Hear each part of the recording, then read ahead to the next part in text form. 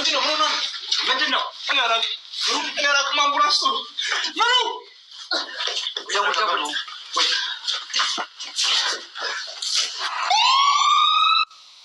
ሰላም ጤና ይስጥልኝ። ውድና የተከበራችሁ አድማጭ ተመልካቾቼ እንደምን አላችሁ? ባላችሁበት ሰላማችሁ ብዝት ይበል። ዛሬ ጽናት ድራማን በክፍል 76 ይዘን መተናል ማለት ነው።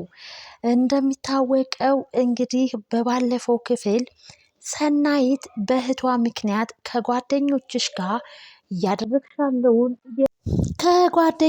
ጋር እያደረግሽ ያለውን ማህበራዊ ግንኙነትሽን ማቋረጥ አለብሽ በማለትም እንግዲህ ከእህቷ ጋር ባደረገችው የስልክ ንግግር ከነ ጽናት ጋር መደዋወልም ሆነ እቤታቸውም እንግዲህ ድርሽ ማለቷን አቁማ ነበረ። ይህንን እንግዲህ የሰናይት መጥፋት እና ስልክ ሲደወልላት ያለ ማንሳት እጅጉን በጣም ያሳሰባቸው ጓደኞቿ ወደ ሰኒ ቤት እንግዲህ ሰብሰብ ብለው ወንዶችም ሴቶችም አብረው ይሄዳሉ። ሰኒን ቤት ሲያገኟት ሰላምና ደህና ነች። ነገር ግን ስልክ የማታነሳበት ምክንያትና የጠፋችበት የደበራት ምክንያት ምን እንደሆነ እንግዲህ ሴቶቹ አፋጠው ጠይቀዋታል። እናም እንግዲህ ሰኒ የሆነውን ነገር ትነግራቸዋለች። አንድም ሳትደብቅ እኛ እኮ እንረዳሻለን በማለት እንግዲህ ሰኒን አወሯት። እናም እንግዲህ እራት መብላት አለብን አንድ ላይ ሰብሰብ ብለን በማለት እንግዲህ ሰኒ በደስታ እንግዲህ ተሳስቀው ድብርቷንም ማስወግዳ ተመልክተናታል ማለት ነው። እናም እንግዲህ እንደሄዱ እዛው እንዲያድሩም ተደረገ። ሴቶቹን ይዛ እንግዲህ የሴቶች ሌሊት እናደርጋለን በማለት ወደ ክላሷ፣ ወንዶችን ደግሞ እዛው ሳሎን ትታቸው እንግዲህ እራሳችሁን አዘጋጅታችሁ መተኛ ትችላላችሁ በማለት እንግዲህ ሴቶችን ይዛ ወደ መኝታ ቤት ትሄዳለች። እናም እንግዲህ አፍቃሪው ናሆም እንግዲህ መራዊትን በጣም ነው የሚወዳትና መድኃኒቷን እንዳትረሳ ብዬ ነው በማለት በርም ሲቆፈቁፍ ተመልክተናል። መድኃኒቷንም ምን ሰጥቻታለሁ በማለት እንግዲህ ሰኒ ትመልሰዋለች ማለት ነው። እናም እንግዲህ እንደዛም እያሉ ብዙ እየተቀላለዱና እየተጫወቱ ተመልክተናል። የእቴት የአርባ ቀን መታሰቢያቸው ደረሰ። ኪራ በጣም ትግዝም ብሎ ነበር። እናት አይደሉና የሞቱት እናቱን አይደል ያጣው። እናም እንግዲህ ጽናትዬም ኪራዬ እቴት በመሞታቸው እኮ ሁላችንም አዝነናል፣ ሁላችንም ታምናል ስትልም ትነግረዋለች። እሱም እንግዲህ ኪራ አዎ ጽዬ አውቃለሁኝ በማለት እንግዲህ መልስም ሲሰጥ ነበረ። ነገር ግን በዛሬው ዕለት እንግዲህ ለነዳያን እንግዲህ መመገብም በእቴት ስም እንግዲህ ነዳያንን መመገብም አስበዋልና የ40 ቀን መታሰቢያቸውን ለማክበር በዛሬው ቀን ግን ጋሼ ባለመምጣታቸውና ከጎናችን ባለመሆናቸው በጣም ከፍቶናል ስትልም እንግዲህ ጽናትዬ ትናገራለች ማለት ነው። እናም ነገር ግን እዛ ያሉት የመስሪያ ቤት ጓደኞቹ ሰርፕራይዝ አድርገውታል። የእቴትን ሞት አስመልክቶ እንግዲህ የ40 ቀን መታሰቢያቸውን አክብረውላቸዋል በማለትም እንግዲህ ጽናት ትናገራለች ማለት ነው። እናም እንግዲህ ወደ ቤት ሰብሰብ ብለው ጉዞ አደረጉ።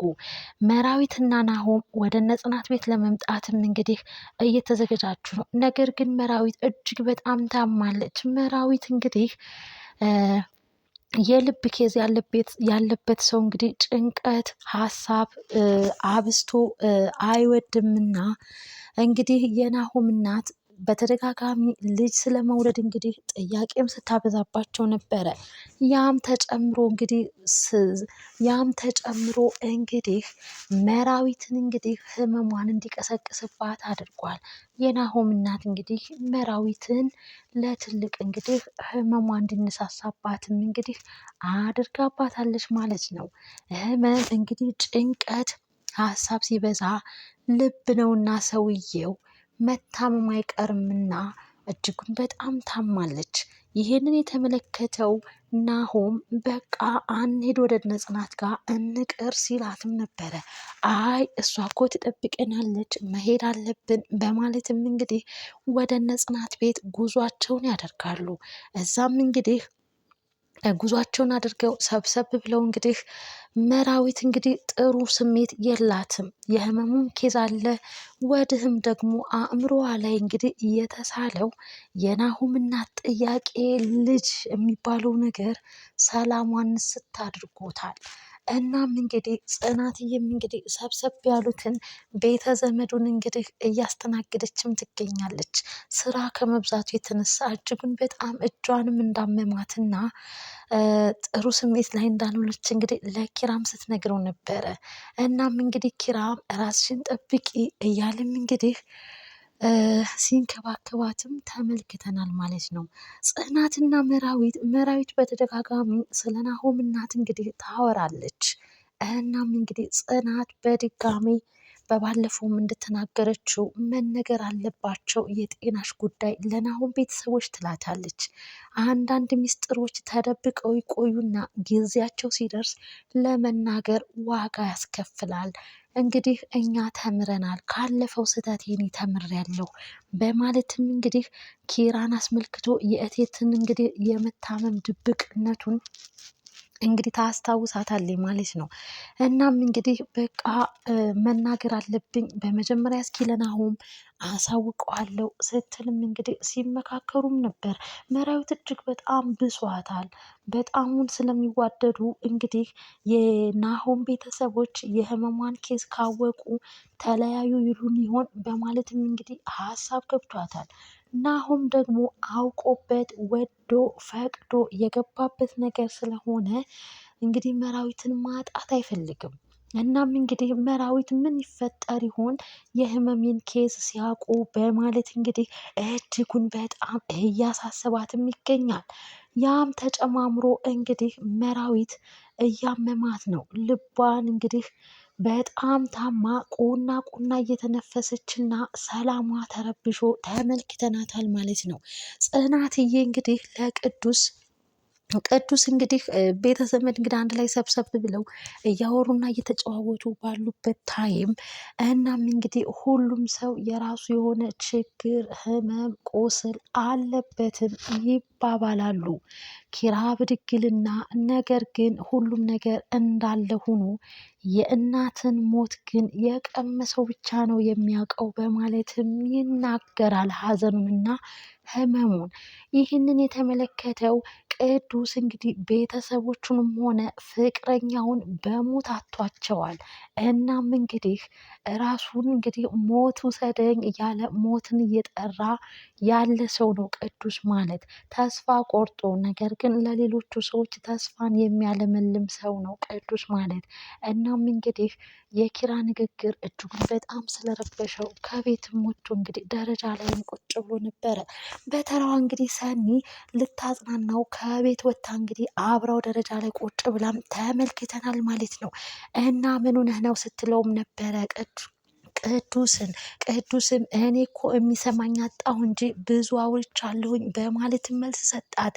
እናም እንግዲህ በምልክት የሚገባሽ ከሆነ ከዚህ በኋላ በምልክት ነው የምንነጋገረው ሲልም ነበረ። አንዳንድ ነገር ከተነጋገሩ በኋላ ተነስቶ እንግዲህ ይሄዳል ማለት ነው። እናም እንግዲህ ቅዱስ እጅግ በጣም የቡና ሱስ አለበት እና እጣን ምናምን ተጫጭሶ እንግዲህ ጽናትዬ ለቅዱስ ቡና ፍልታ እጣን አጫጭሳ ነበረ።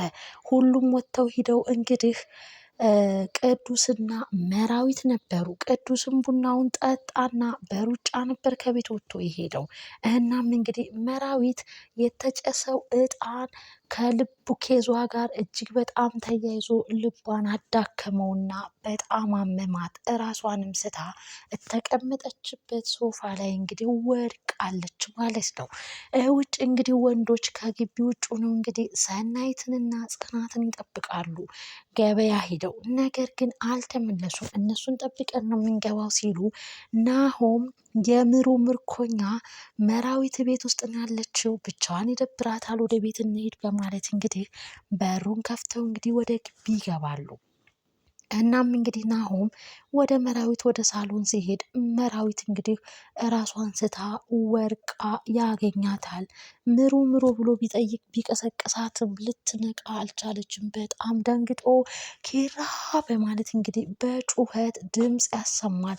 ቅዱስና ኪራም በተሯሩጠው ወደ እነሱ ሲሄዱ መራዊት ራሷን ስታ እንግዲህ አትሰማም አትለማም። አምቡላንስ ጥሩ በማለት እንግዲህ ወደ በአምቡላንስ እንግዲህ ሐኪም ቤት ውስጥ ገብታ ተመልክተናል ማለት ነው። መራዊት እንግዲህ በሰላም እና በጤና ከሐኪም ቤት ትወጣ ይሆን? ሁላችሁም እስኪ የመራዊት ህመም ምን ይደርሳል የሚለውን ነገር እንግዲህ ሀሳባችሁን እናም እንግዲህ የመራዊት የጤና ጉዳይ እጅግ በጣም ያሳስባልና መራዊት እንግዲህ በሰላም ከሐኪም ቤት አገግማ ትወጣ ይሆን? ሁላችሁም ሀሳብ አስተያየታችሁን በኮሜንት አስቀምጡልን።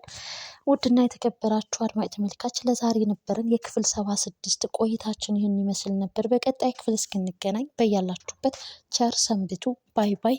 ለዚህ ቻናል አዲስ ሆናችሁ ቻናሉን ላይክ፣ ሼር፣ ሰብስክራይብ አይረሳ።